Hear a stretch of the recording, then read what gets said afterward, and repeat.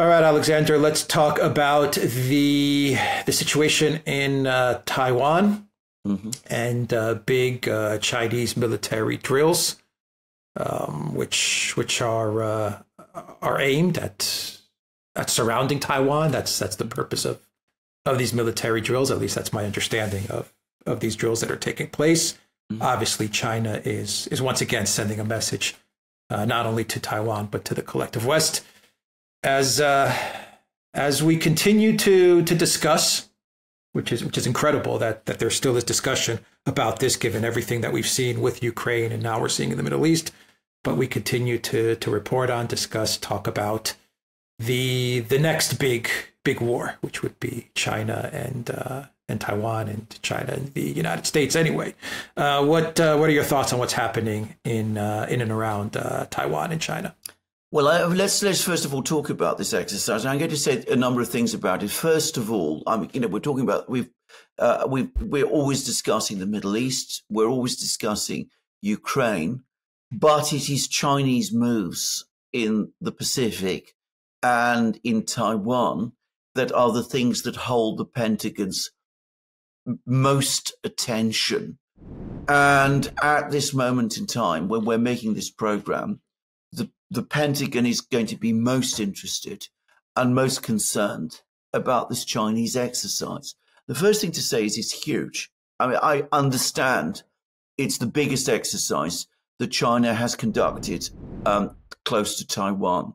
Secondly, it clearly is rehearsing a tight blockade of Taiwan. And if you wanted any doubts, if you had any doubts about that, all you need to do is to go to Global Times. They published an article reporting on this exercise, and they show where all of the sort of positions of where all the Chinese ships would be, and they're all around Taiwan. I mean, they're literally located all around the seas around Taiwan. And the article says quite straightforwardly that it is intended to rehearse a blockade of Taiwan. And they also say that this exercise will bring Chinese warships closer to Taiwan, to the shoreline of Taiwan, the coasts of Taiwan, than any other exercise so far that China has conducted has done. So, they're going to be even closer to Taiwan. And that the Chinese Coast Guard will be involved as well. And if a blockade is imposed, an actual blockade is imposed, it'll be Chinese Coast Guard ships, which will take the first step to stop merchant shipping, going into and out of Taiwan. This is a huge exercise. It is an incredibly strong move. And it has obviously been prepared by the Chinese for some time. And it's all happening even as China's shipbuilding program continues to move forward. We've seen more and more pictures of more and more Chinese aircraft carriers operating. They've now launched their first big aircraft carrier, the only aircraft carrier anybody has built since the Second World War, outside the United States, that is comparable to a US Navy carrier. It doesn't use nuclear power, but in all other respects, in terms of dimensions and capabilities and, the fact that it uses catapults and will have stealth fighter jets and all of that, and the size of the squadron it will operate, it's comparable to a US Navy supercarrier. And the Chinese are going to build more, and some of them are going to be nuclear powered. And yes, they do have problems. China's latest nuclear submarine had problems, and it apparently sank, and it's going to be salvaged, and there's all kinds of problems like this. But the fact remains that the build-up is huge. So the Chinese clearly preparing for a conflict with Taiwan. I read about a week ago a US Navy document which discussed a potential naval war with China. in 2027. That's 3 years away. So, I mean, and it spoke about that as being, a real possibility that this is when all of this can happen. And the fundamental question is why? Why is all of this happening? Because just a few years ago, it seems like an age now, but just a few years ago, the situation in the Taiwan Straits was peaceful, was quiet. Taiwan obviously had its own government. It still claimed to be the Republic of China. China, of course, insisted that and insists that Taiwan is a part of China. All of the rest of the world, except for a few tiny places, agrees. The United States itself agrees. But this was a setup that had existed for a very long time. There were very strong economic links between Taiwan and China. The Chinese bought their really advanced chips from Taiwan and didn't try to replicate all of that because, economic links were so strong. So why has all of this been disrupted to this extent? Well, I think there's a very, very simple answer. The administration that we have at the moment has gone out of its way to create problems between Taiwan and China. It has lent strong support to the Taiwanese ruling party, which has spoken about seeking independence from China.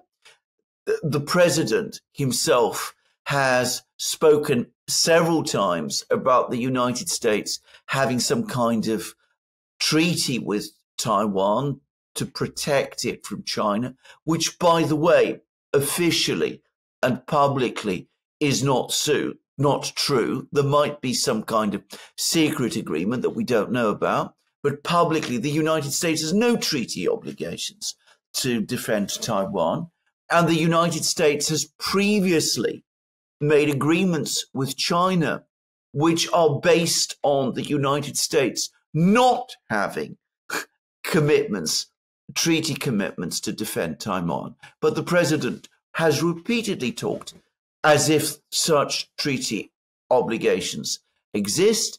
The United States has been sending arms to Taiwan and equipping Taiwan, even though, again, at the time when China-US relations were put on a strong footing in the 80s, the United States actually committed to scaling down arms sales to Taiwan. And one way or the other, the Chinese have come to the conclusion that the United States wants to create a crisis in the Taiwan Straits. It is encouraging the independence movement from China in Taiwan. China is determined that that will not be permitted. And that's why we have these military exercises and why we have this escalation in the Pacific, and why the Chinese are building up their navy, and why the US Navy in return is talking about fighting China in 2027. I find it amazing that the US is talking about going to war with China. After everything we've seen play out over the past couple of years, they're now thinking of taking on China. I find that amazing. I think it's more amazing that Taiwan is going along with this, or at least there's a political party and there are politicians in Taiwan that are actually buying into this conflict with China. They're actually buying into this. Have they not seen Zelensky and Ukraine over the past 3 years? Have they not witnessed what has happened in Ukraine? And they're still buying into this narrative that a war with China has to occur and China can be defeated. Well, indeed. I mean, it is astonishing. I mean, there are obviously internal reasons. I mean, Taiwan has been a very successful place. It's developed its economy very well. It has a political system very different from China's. Many people in Taiwan do not want to come under the control of the government in Beijing, and a party that talks about Taiwan maintaining or achieving independence from China, is able to pick up a lot of support that way. And, you know, one can, at a certain level, understand why. But, of course, they've gone far further than that. I mean, the current president, newly elected president of Taiwan, is now saying that China is not the motherland, that the Republic of China, which is what Taiwan calls itself, an inheritance at the time when it was led by Chiang Kai-shek's government. Chiang Kai-shek, who had been the previous leader of China before the Communist Party won the Civil War. Anyway, they say that, you know, they are actually an older political system than the one in China itself. So, you know, they shouldn't feel any real connection or bond to the government of China. I mean, you know, one can argue the history, but it seems to me incredibly reckless things to say, all considered, when all these enormous Chinese exercises are taking place. And of course, you're absolutely correct. I mean, one of the things that really astonishes me is that people, political leaders, politicians, hear all of these siren voices coming from the neocons in America, and they fall for them every time. We've seen that in Iraq. We've seen that in Georgia with Saakashvili. We see that, as you say, in Ukraine. We've seen that in Afghanistan. And yet people never seem to learn. They always seem to assume that if war begins, the Americans will be there, that whatever promises they've been given by, you know, various American politicians who go to Taiwan, these promises will be acted on, that the United States remains the great superpower that will prevail in any conflict. And when, of course, it all turns out otherwise, they feel let down and betrayed. But as you absolutely rightly say, they're just not looking at what actually happens in the world and what has in fact been happening consistently now for many decades. But there it is. Yeah. The money and power. The money and power is what blinds them. Yeah. Yes. Yeah. And that's what they're promised. Yeah. And that's what Absolutely. they get. I mean, I know they go to Washington, they see that the United States is a superpower.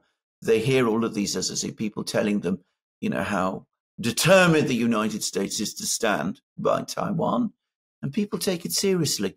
And, you know, one can say to these people, you're fools. But the worst thing is those people in Washington who make those promises in the first place, because they ought not to make promises like that, which ultimately the US cannot deliver on unless it's prepared to risk World War III, which it almost certainly isn't. Yeah. Well, the military-industrial complex always wins out in these cases either way. Yes. So everyone that makes those promises in the U.S., all the senators and representatives, they make those promises with a reason. That's why they're pushing Taiwan towards this catastrophe. Yeah. Yes. All right. Anything else to add about this? Well, I'm going to say this. I think you're absolutely correct. I think that we are heading for this smash as well. I think it is only a question of time. We discussed in a recent program how there'd been an incredibly angry meeting based on the readout. Well, I say angry. I mean, the Chinese never raised their voices, but I mean, they were very, very strong between Wang Yi and Blinken at the General Assembly, in which Wang Yi called Blinken two-faced, which is, you know, as strong as it gets, basically. So, you know, the Chinese have, I think, quietly come to the decision that this smash is coming. I think they assume that whoever's going to be the next president isn't going to change the policy. And they're preparing for war. And you can see this. Everything that China has been doing is preparing for war, as far as I can see. The United States acts as if it is. It publishes these, you know, long studies like the one that the Navy has just published.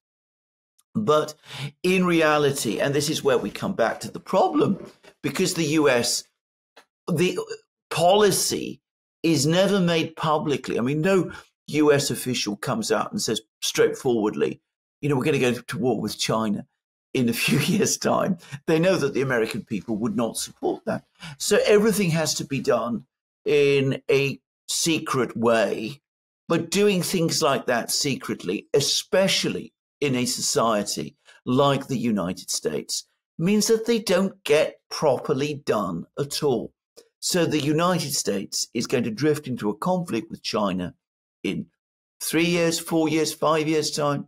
It's going to be unprepared, even as the Chinese move forward and come closer to getting ready. And that's the reality of this. That's what the neocons do. Yeah. China is preparing in much the same way that Russia started preparing in 2014, 15. Correct. Yeah. Correct. All right. We will end the video there. The Duran.locals.com. We are on Rumble, Odyssey, BitChute, Telegram, Rockfin, and Twitter X. And go to the Duran shop. Pick up some merch like the shirts that we are wearing today in this video. Link is in the description box down below. Take care.